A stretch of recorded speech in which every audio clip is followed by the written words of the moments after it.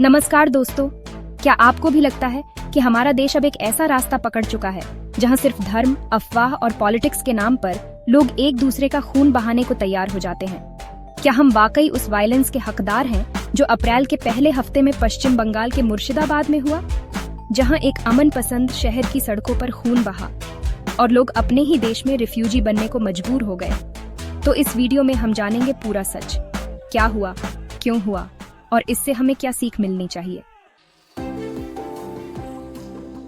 लेकिन आगे बढ़ने से पहले, अगर आप सच जानना चाहते हैं और ऐसी कहानियां जो आपकी सोच को झकझोर दें, तो please channel tales and wonders को सब्सक्राइब करें और हमें हमारे पहले 1000 सब्सक्राइबर्स तक पहुंचने में मदद करें इस साल के अंत तक। अप्रैल का पहला हफ्ता मुर्शिदाबाद के शांत मोहल्लों में अचानक तनाव का माहौल बन जाता है। वक्फ अमेंडमेंट एक्ट 2025 के पास होने के बाद लोगों में अफवाहें फैलती हैं कि अब सरकार उनकी प्राइवेट प्रॉपर्टीज भी छीन सकती है। शुरुआत होती है पीसफुल प्रोटेस्ट से, लेकिन 11 अप्रैल जुम्मे की नमाज के बाद माहौल अचानक बिगड़ जाता है। शमशेरगंज, धुलियान, सूटी जैसे इलाकों में लूट, आगजनी और हत्या की घटनाएं होने लगती हैं। एक हिंदू फैमिली पर हमला होता है, बाप बेटे को तलवारों से गोद दिया जाता है और मार दिया जाता है। 90 से ज्यादा परिवार मालदा में शरण लेने को मजबूर हो जाते हैं। कौन लोग थे जो ऐसा कर गए? कैसे एक शांति प्रदर्शन इतना हिंसक हो गया? यह सिर्फ कानून का विरोध नहीं था, यह था एक मिसइंफॉर्मेशन कैंपेन का नतीजा। लोगों को डराया गया कि उनकी निजी संपत्ति छीनी जाएगी, जबकि सच्चाई ये थी कि वक्फ एक्ट का बदलाव सिर्फ उन प्रॉपर्टीज पर लागू होता है जो वक्फ को डोनेट की गई है और जिनके रिकॉर्ड क्लियर नहीं है। आपकी अपनी जमीन, आपका घर कभी नहीं लिया जा सकता। लेकिन अफवाहें व्हाट्सएप से निकलकर लोगों के दिल और दिमाग में जहर बनकर भर दी गईं। दंगे भड़कते हैं और शुरू हो जाता है राजनीतिक blame game. CM Mamata Banerjee कहती हैं कि बीजेपी और बीएसएफ ने ये हिंसा फैलाने का काम किया। वहीं बीजेपी कहती है कि बांग्लादेशी घुसपैठियों को संरक्षण देने वाली सरकार की नीतियों के कारण ये सब हुआ। सच क्या है? कहीं ना कहीं सच्चाई ये है कि आम लोग ही पिसते हैं। जो लोग अपने घरों में रहते हुए सुरक्षित महसूस करते थे, वो अब रिलीफ कैंप में पड़े हैं।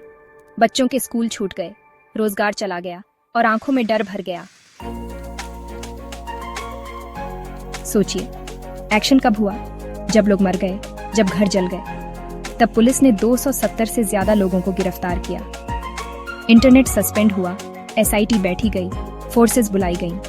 लेकिन ये सब पहले क्यों नहीं हुआ? जब ममता बनर्जी पहले ही कह चुकी थी कि वह एक्ट बंगाल में लागू नहीं होने देंगी, तो फिर विरोध किस बात का? दंगे क्यों? अब सवाल ये है, क्या हम कुछ कर सकते हैं? हाँ, कर सकते हैं। सबसे पहला काम है मिसइंफॉर्मेशन को रोकना। हर व्हाट्सएप फॉरवर्ड पर आंख बंद करके भरोसा मत कीजिए। जानिए कि कोई भी सरकार आपकी प्राइवेट प्रॉपर्टी नहीं ले सकती। दूसरा, सवाल पूछिए। राज्य और केंद्र सरकार दोनों की जिम्मेदारी है कि कानून व्यवस्था बनाए रखें। बॉर्डर क्यों इतने वीक हैं कि घुसपैठ हो सके? और पुलिस इतनी देर से एक्ट क्यों करती है?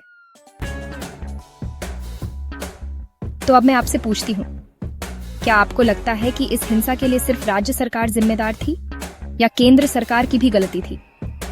नीचे कमेंट्स में अपनी राय जरूर दीजिए। और सबसे जरूरी, अगर आप सच में बदलाव चाहते हैं तो इस वीडियो को शेयर कीजिए। अगर आपको ये वीडियो थोड़ा भी इंफॉर्मेटिव लगा हो तो टेल्स एंड वंडर्स को सब्सक्राइब करना ना भूलें। हमारा टारगेट है 1000 सब्सक्राइबर इस साल के अंत तक। क्या आप हमारा साथ देंगे?